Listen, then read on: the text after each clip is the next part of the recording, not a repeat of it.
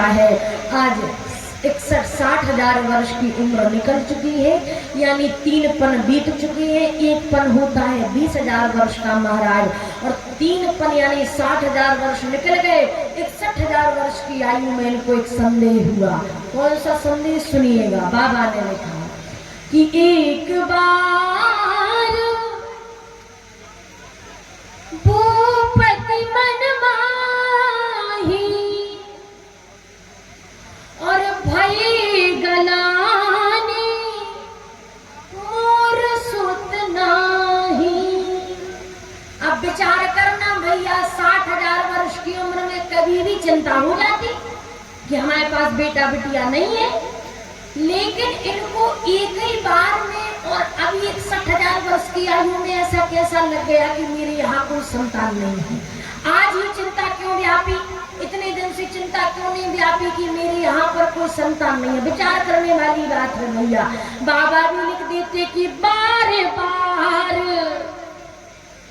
ओ बार बार भूपति मन माही और भय गलानी मोर सुत नाही। लिख देते कि बार बार मन में शंका हुई। राजा दशरथ जी के मन में एक ही बार शंका क्यों हुई? तो बाबा ने इसके एक नहीं, दो नहीं महाराज, कई वर्णन बताए, लेकिन हम कुछ सार को समझे कि इनके मन में एक ही बार क्यों गलानी हुई। कितनी रानियां हैं राजा दशरथ जी की? 703 रानियां, लेकिन 700 रानियां हैं, केवल 3 पटरानियां हैं, कौशल्या, कैकेयी और सुमित्रा। लेकिन राजा एक चीज से दुखी है कि उसके यहाँ पर कोई संतान नहीं है। बस इस चीज का दुख है राजा के लिए, बाकी सब कुछ है उसके पास। तो एक बार की बात है, राजा दशरथ जी शिकार करने के लिए जा रहे थे। सुबह का समय था। एक ही बार क्यों चिंता व्यापी? सुनिएगा सभी लोग। जा रहे थे, उसी समय हमने देखा होगा कि माताएं अपने घर के सामने उड़ेन डालती हैं। डालती है कि नहीं डालती? डालती हो? बोलो हाँ या ना। डालती हो? हाँ, हाँ अच्छी जोर से बोली जाए। कब भोजन नहीं करके आई? नहीं करके आए? अरे तो हमारी तुम्हारी में जाएगी। हम भी नहीं करके आए, लेकिन फिर भी हम बता रहे, कम से कम जोर से तो बोले ही दो। हाँ हाँ। तो राम जी जैसी माताएं सब उड़ेन डाल रही थी। सुबह का समय था। एक स्त्री ने राजा दशरथ जी के रथ के पीछे थूका, दूसरी ने थूका, तीसरी ने थूका, चौथी ने थूका, 5वीं ने थूका, और जैसी 8वीं स्त्री ने थूका तो राजा दशरथ जी की नजर पड़ गई। राजा दशरथ जी ने कहा, तुम सबने मेरे रथ के पीछे क्यों थूका? क्या कारण था? तो राजा दशरथ जी से कहने लगी वे सब अवधपुर की नारियां कि राजा दशरथ जी, हमने आपके रथ के पीछे इसलिए नहीं थूका कि आप समझे कि हम आपका अनादर कर रहे हैं, बल्कि मैं आप एक निर्वंशी राजा हैं, आपके यहाँ पर कोई पुत्र पुत्री नहीं है, और जो अगर ऐसे व्यक्ति का दर्शन करता है सुबह से उसका पूरा दिन खराब जाता है, इसलिए मैंने आपके रथ के पीछे थूक दिया। राजा दशरथ जी महाराज के मन में गलानी आ गई कि बताओ, हमारे रथ के पीछे थूक दिया। राजा दशरथ जी सोचते हुए जा रहे थे, इन्होंने एक मृग साविका यानी हिरणी को अपना शिकार बनाया। किसको? हिरणी को। राजा दशरथ जी ने उस हिरणी पर इतने बाणों को चलाया, इतने बाणों को चलाया महाराज कि बार बार बाण चूक जाए। 1 चूका, 2 चूके, 4 चूके, 8 चूके, और अंत में महाराज उस मृग साविका ने खाई में कूद करके प्राणों का त्याग कर दिया। राजा दशरथ जी ने कहा कि तुम मेरे हाथों क्यों नहीं मरी? तो हमारे हाथों क्यों नहीं मरी? हम भी तो राजा दशरथ हैं, अब देश नरेश है, तुम हमारे हाथों क्यों नहीं मरी? कहा, क्षमा करना, आप एक निर्वंशी राजा हैं, और अगर हम निर्वंशी राजा के हाथों मरते तो ना हमें स्वर्ग में जगह मिलती, ना हमें नरक में जगह मिलती, ना हमें बैकुंठ में जगह मिलती, इसलिए हमने खाई में कूद करके प्राणों का त्याग। अब राजा दशरथ जी सोच रहे कि अगर हमारे कि नारियां अवध के लोग बाग ऐसा सोचते तो ठीक था। अब जीव जंतु अजीब जीव सब हमारे बारे में ऐसा सोच रहे हैं, अब मुझे पुत्र की प्राप्ति कर लेनी चाहिए। अब देखो कल हम आपको सुनाएंगे, और कल सबको अपने अपने साथ गेहूं लेकर के आना है। क्या लेके आना है?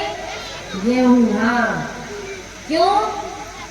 क्योंकि भगवान जब अहिल्या के लिए पाप विमोचन से दूर करेंगे तो अहिल्या महारानी किस चीज का स्वरूप है? धन का स्वरूप है। और अहिल्या महारानी को अगर हम अर्पण करेंगे तो हमारे अन्न धन भंडार भरे रहेंगे। इसलिए कल आप सबको अपने अपने साथ गेहूं लेकर के आना है। कल हम आपको सुनाएंगे कि राम जी ने अपनी पदवी, अपना पद त्रेता युग में राम को राजा बनना था, लेकिन राम जी ने राजा नहीं बल्कि में महाराज ताड़का को ही अपनी राजगद्दी पर रानी बना के बिठा दिया। अब विचार करके आना है हमने ऐसा क्यों कहा। कल हम इसका जवाब भी पूछेंगे आप लोगों से कि राम जी की राजगद्दी पर ताड़का ने कितने दिनों तक राज्य किया। अब सोचो, 6-7 दिन हमने खूब सुना ली, अब थोड़ी आप और सोच विचार करो इस चीज पे। दूसरी बात, राम जी को मांगने के लिए विश्वामित्र मुनि आए तो भरत जी को क्यों नहीं मांगा? शत्रुघ्न जी को क्यों नहीं मांगा? अकेले इन्हें को ही क्यों मांगा? राम जी ऐसे कौन थे? भैया लक्ष्मण जी भी मांग रहे थे, शत्रुओं का दमन करने वाला शत्रुघ्न राक्षसों को मार देता, लेकिन राम जी को ही क्यों मांगा विश्वामित्र मुनि ने? कल इन सब चीजों पर सुंदर चर्चा होगी। कल सबको बहुत अधिक संख्या में आना है। महाराज आज इनके मन में चिंता व्याप गई है, इसलिए राजा दशरथ जी चले जा रहे, मन में विचार करते हुए आ रहे हैं। अब बुला भैया भी संगीत वाले फिर भग गए। कहाँ भग गए भैया? तो बैठो आप, और कहाँ चले जाते बेली? एक बार पति मन माही भई गलानी, मोर सुत नाही गुरु गृह गया हूँ, तुरंत मही पाना और शरण लाग कर विनय बिसाना। जब कोई किसी व्यक्ति पर विपत्ति आती तो पहले के लोग गुरु जी के पास जाते थे, लेकिन आजकल अगर विपत्ति आए तो गुरु जी के नहीं जाते, माता पिता के नहीं जाते, बल्कि में साले सालियों के पास जाते हैं पूछने के लिए। तो महाराज गुरु ग्रह गया हूँ, तुरंत वही पाला, पानी आ गया। हम सोच रहे जिससे कहाँ भगन लगी इतनी जल्दी। अरे अब गीली हो जाओ सो हो जाओ, इतनी पानी की झल लग रही, तेज नहीं आ रहा पानी, बैठ जाओ सब जने। तेज आए सो तो बैठ दे, फिर आगे हमें बैठ जाओ। गुरु ग्रह गया हूँ तुरंत मही पाला, चरण लाग कर विनय विशाला। गुरुदेव के चरणों में बारंबार प्रणाम किया गया। गुरुदेव ने कहा श्रृंगी सही वशिष्ठ बुलावा, पुत्र काम सुर यज्ञ करावा। सिंह ऋषि ने कहा तुम अपने दामाद को बुलाओ, यज्ञ कराओ महाराज, उनके दामाद आएंगे, अब यज्ञ करेंगे महाराज। यज्ञ हुआ तो महाराज यज्ञ में क्या निकला? अर्ध भाग को सुनने ही दीने, उभय भाग आधे कर दीने। आधा भाग कौशल्या जी को दिया गया, आधे भाग में से उभय भाग करके सुमित्रा और केतु को दिया गया महाराज। तीनों रानियां अपने अपने गृह में आई, तीनों रानियां लेकर के खड़ी हुई है महाराज। लेकिन कौशल्या, अब देखिए राम जी के 6 भैया, सुनिएगा। श्री कौशल्या महारानी अपने कक्ष में आई तो रावण की सौतेली माता का नाम था कनक। उसकी यहाँ पर कोई संतान नहीं हो रही थी, इसलिए बड़ी दुखी थी महाराज। तो इन्होंने आकर के जैसे ही महाराज उस भाग को पाया तो ये गर्भवती हो गई, और इनके यहाँ 9 महीने बाद महाराज विभीषण नाम का बेटा उत्पन्न हो जाएगा। अब महाराज सुमित्रा महारानी अटारी चौराहे पर खड़ी हुई थी। अष्टावक्र मुनि 8 जगह से टेढ़े हैं। यहाँ पर महाराज अंजनी महारानी विराजमान थी। अंजनी महारानी ने देख करके अष्टावक्र मुनि पर हंस दिया।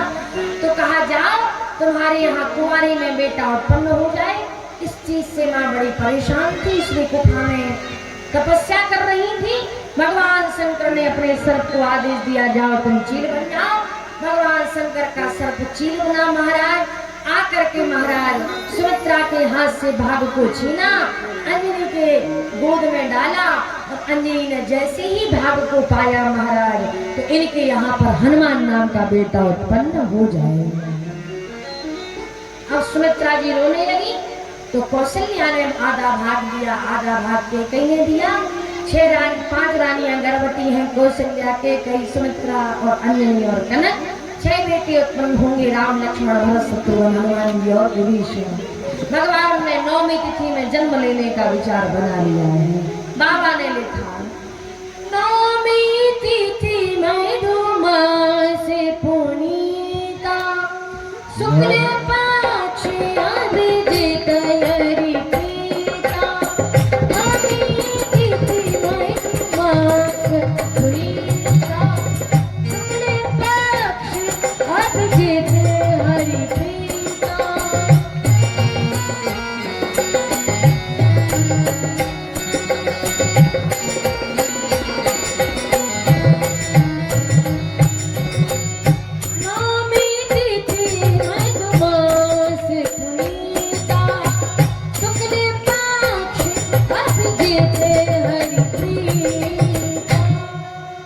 महाराज भगवान ने 9वीं तिथि का चयन किया।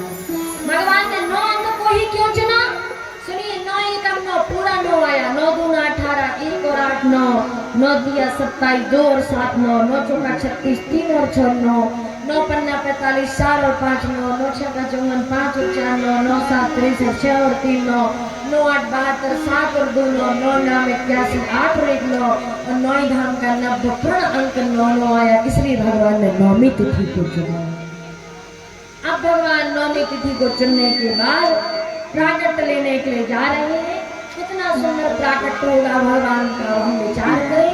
अभिजित मुहूर्त आ रहा है, दोपहर के 12 बज रहे हैं, मेघ गरजने लगे हैं। देखो अपने यहाँ भी मेघ बरसने लगे कि नहीं? यानी अगर बीच कथा में जल बरस जाए तो कथा पूरी सफल मानी जाती है। यानी पजनारी की कथा कैसी हो गई? सफल हो गई कि नहीं हो गई? हो तो अच्छी बात है। भगवान में गरजने लगे, बरसने लगे महाराज, और सभी देवी देवता लोग स्तुति करहि नाम मुनि देवा, बहुविधि लावहि निज निज सेवा।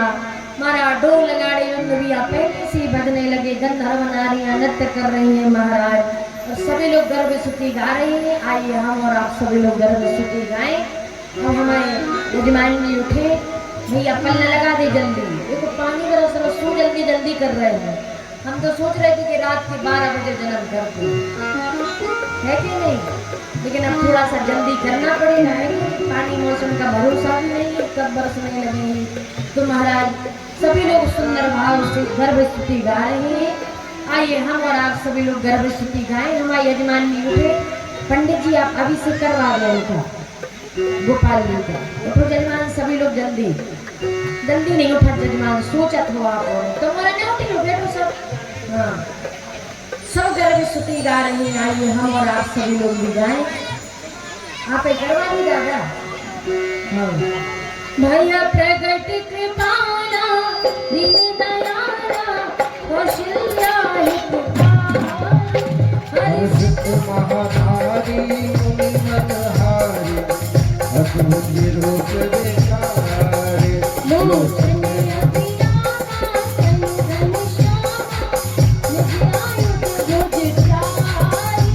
भूषण गणनाला नयन विशाला, शोभा संग करारे। कई हुई कर जोरी स्तुति कोरी, कर करहु अनंता। माया गुण ज्ञाना कीट अमाना,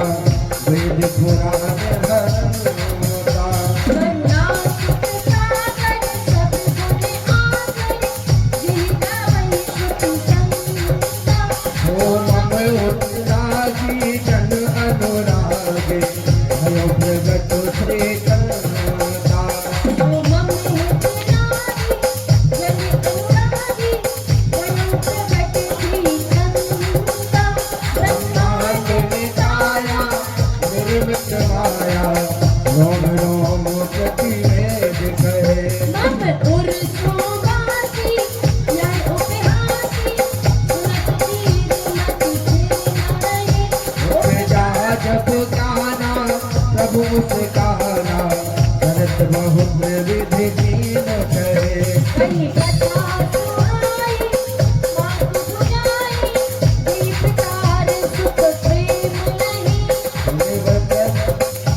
माता मुनि बोली सुमति डोली तजहुता तो यही रूपा विदेशी सुनीला अति प्रिया यह सुख परम अनूठा तुम्हें भक्त सो जाना लोदन ठाना हुए बालक सुध रूपा यह चरते तो पावहि हरि पद पावहि हुई न पलहि भव कोपा विप्रदेव संत लीन मन अवतार ये दीक्षण सीता राम राम राम राजा राम राम राम राजा राम राम राम सीता राम राम राम ओ राजा राम राम राम सीता राम राम राम राजा राम राम राम सीता राम राम राम सीता राम राम राम राजा राम राम राम राजा राम राम राम सीता राम राम राम ओ सीता राम राम राम राजा राम राम राम सीता राम राम राम राजा राम राम सीता राम राम राम राजा राम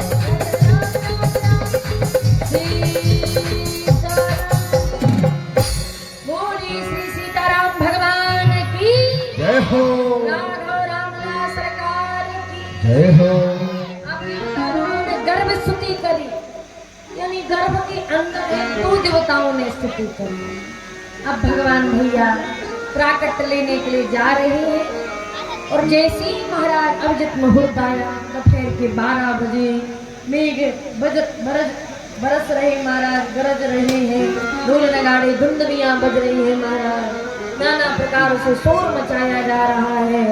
अभिजित मुहूर्त दोपहर के 12 बजे सरयू महारानी ने अपना वेग बढ़ा लिया है महाराज वर्षा हो रही है और नाना प्रकार से महाराज संग इत्यादि की ध्वनियों के साथ भगवान परमपिता परमेश्वर और धाम में प्राकट के बोले राघव रामदास सरकार की जय हो अब महाराज राघव जी प्राकट लिए और प्राकट लेने के बाद महाराज जैसे माता ने देखा ये तो हमारे बाप बन के आ गए कहा बाप नहीं बल्कि हमारे बेटे बनो तो कहा माता पुन बोली सो मत बोली तजहुताते रूपा कि जैसे सुलीला अति प्रियशीला यह सुख परम अनूठा।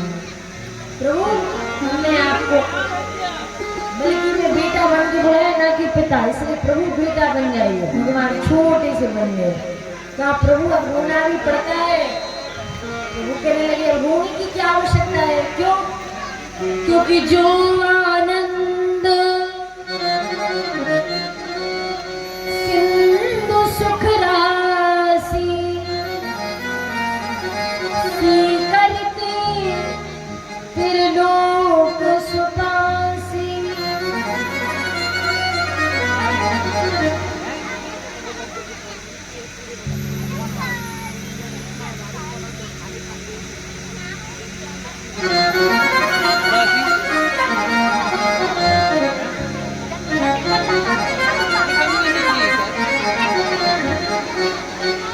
बोली श्री सीताराम भगवान की। महाराज भगवान परमपिता परमेश्वर लीला को रचा रहे हैं और आज प्रभु बेटा बने मैया के दरबार में आ चुके हैं। राजा दशरथ जी ने 108 डुबकी महाराज सरयू जी में लगाई सब खुश है गए प्रसन्न है गए तिजोरी की चाबी 9 लखा हार फेंको गयो और कहा बधाई हो बोलो सब बधाई हो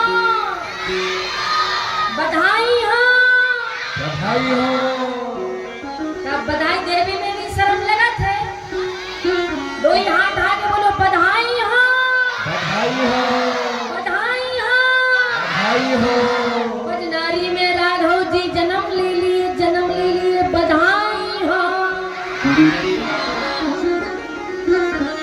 बजनारी के समस्त ग्रामवासियों को भगवान राम जी के प्राकट उत्सव की खूब खूब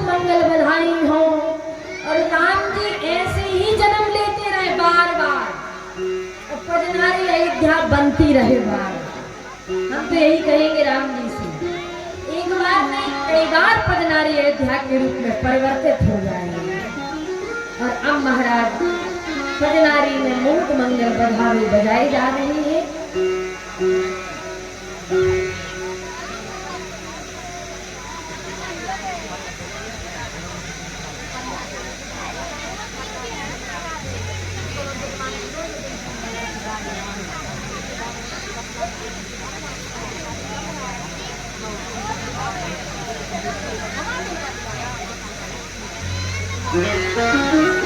बोलिए श्री सीताराम भगवान की जय हो। और अब महाराज भगवान राघव रामला सरकार प्राकट ले चुकी है और अब महाराज अब हम सबके बीच में पधार रहे हैं।